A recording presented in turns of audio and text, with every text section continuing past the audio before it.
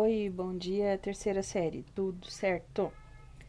A professora está aqui na página 6, né, na apostila, onde nós paramos aí na nossa última aula ao vivo, onde nós falamos, inclusive, um pouquinho, né, do texto anterior ali, que era sobre os plásticos, né, a revolução aí dos plásticos no nosso dia a dia, e o fato deles já existirem na natureza há muito mais tempo, não somente os artificiais, né, mas sim os naturais também, considerados plásticos aí. E o segundo texto aí dessa página que traz para nós uma reflexão, uma informação bastante importante, que é sobre a possibilidade de se fazer plástico sem usar o petróleo, né? Porque todos sabem que o petróleo ele é uma matéria-prima que vai se esgotar, né? Nós temos aí uma fonte de origem animal e em algum momento vai terminar essa fonte, né?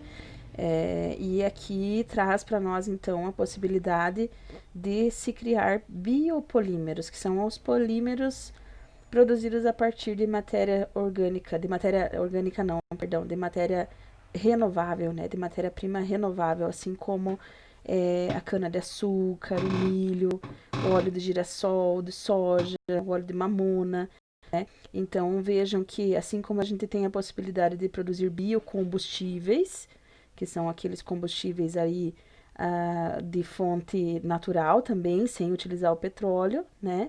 Ainda é possível também produzir os plásticos, já que eles também são de origem de petróleo, né? O polímero, os sintéticos, eles podem ser produzidos também a partir dessas matérias-primas renováveis aí, tá?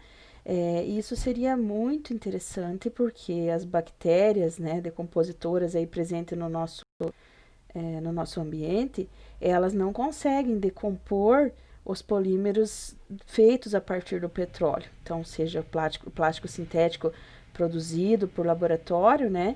Ele não pode ser decomposto por bactérias normais, tá? Já os biopolímeros, né?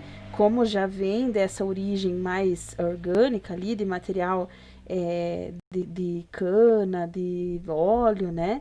Essa possibilidade, então, traria aí a possibilidade de decompor esses polímeros pela natureza, pelas bactérias presentes na natureza, tá? O problema ainda é que custa bastante, né? Aí, em torno de 4 vezes mais caro do que produzir um polímero derivado do petróleo, tá? Então ainda vem se engatinhando aí nesse contexto. Peço que vocês deem uma lida nesse textinho, né? Busquem aí algumas informações referentes a isso, porque é um tema bastante atual, bastante original aí. É muito possível termos aí temas relativos a isso também em relação a vestibulares, a Enem, né?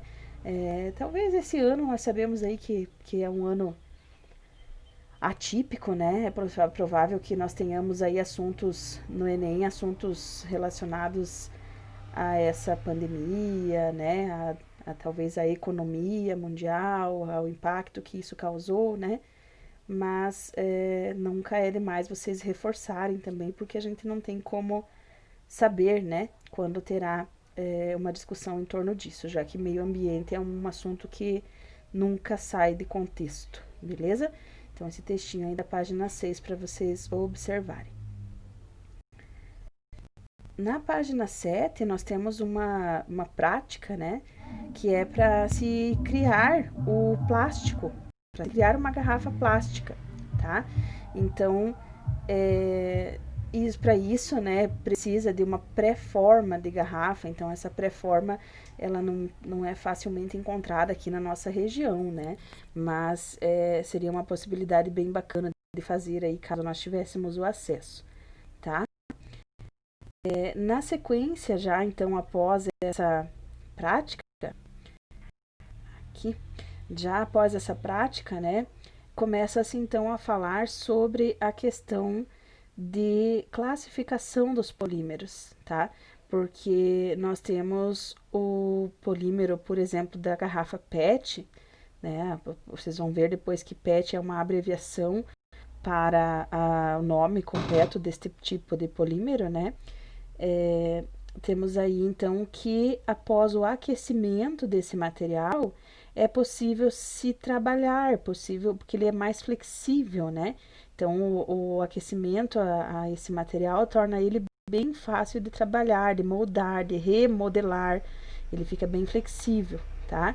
Então essa é uma característica que corresponde a uma classificação aí, uma classe de polímeros conhecidos como termoplásticos, tá? Então a maior parte dos polímeros que tem no mercado são termoplásticos.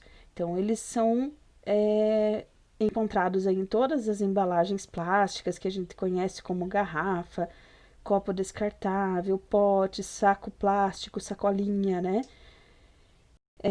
Eles também têm essa denominação aí de filiformes, porque eles podem ser moldados repetidamente por várias vezes, né?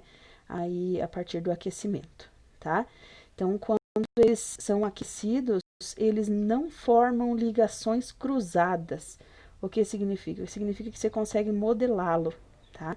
Então, pode ser moldados em formatos diferentes aí. Isso está aí, né? Trazendo para nós ali alguns exemplos, alguns materiais, né? Ali vocês têm umas peças de brinquedo, copo descartável, encanamento, as garrafinhas, né?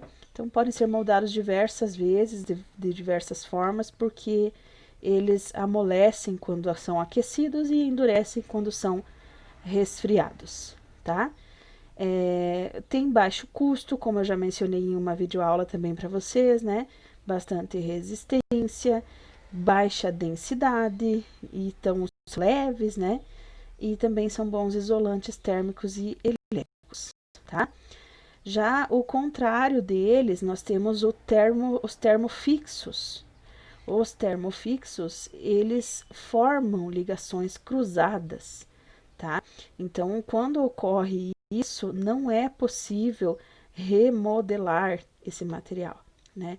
Então, quando nós temos aí aquecimento, um aquecimento e aí com esse aquecimento e uma determinada pressão, essas ligações entre os átomos de formação, né, do polímero, elas se tornam ali ligações cruzadas, tá?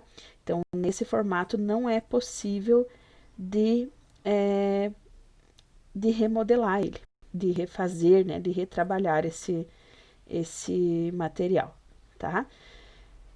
A característica deles, ao contrário, então, dos termoplásticos, né, eles são mais rígidos, mais duros, né, e mais frágeis.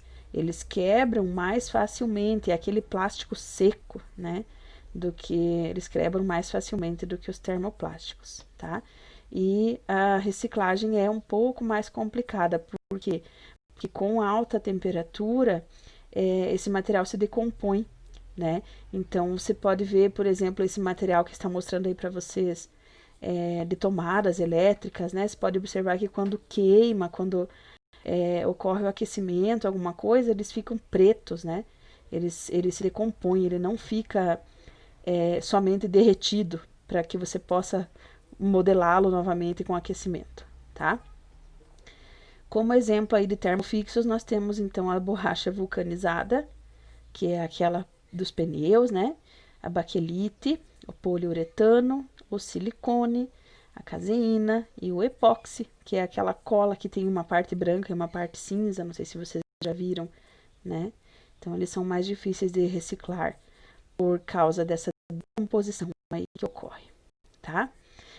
Aí finalizando ali a página, nós temos ainda na página 8, né? Essa questão do conhecido aí como borracha vulcanizada, tá? Então a borracha vulcanizada, ela foi desenvolvida aí por um americano chamado Charles Goodyear, né? Qualquer semelhança não é mera coincidência, tá?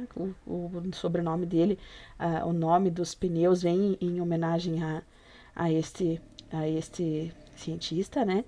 Que ele conseguiu então criar esse processo aí de vulcanização, que transformava o material natural em um produto mais resistente às mudanças de temperatura, tá? Então ele ficou ele foi bastante importante aí na descoberta, né, dessa reação para a produção de um material mais resistente e que se fosse fácil moldar da mesma forma. Então, a borracha vulcanizada, ela permite, né, um grande alongamento e uma grande retração, ou seja, é bastante flexível e resistente ao mesmo tempo, tá? Então, isso está finalizando aí a página 8, né? Na sequência, nós vamos ver as outras classificações dos polímeros, quanto à sua composição, né? Quanto à forma de polímero que compõe eles. Então, nós voltamos a falar isso daí na nossa aula ao vivo, tá? Já deixei uma tarefa para vocês nessa semana, então essa aulinha eu vou deixar vocês mais tranquilos e amanhã a gente volta a conversar na nossa aula ao vivo para continuar aí com a classificação dos polímeros, beleza? Então, um abraço e até amanhã.